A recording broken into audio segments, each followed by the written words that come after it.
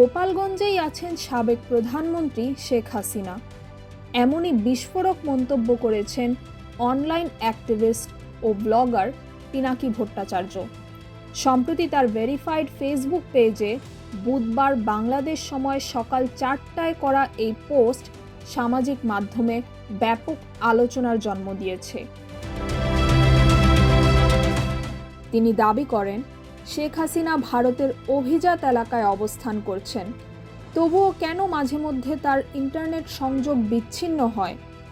তিনি আরও বলেন, শেখ হাসিনার টক শোতে যে সময় উল্লেখ করা হয় তা ভারতীয় সময় নয়, বরং বাংলাদেশ সময়।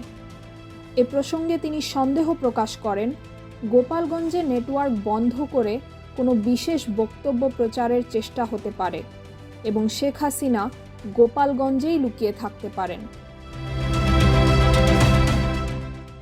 এ প্রতিবেদনে লেখা পোস্টটি 31,000 রিয়্যাক্ট ও 213 বার শেয়ার হয়েছে। তার মন্তব্যের সত্যতা নিয়ে সামাজিক মাধ্যমে বিতর্ক অব্যাহত রয়েছে। তাহমিনা রহমান হাফসা, ঢাকা ওয়েস্ট।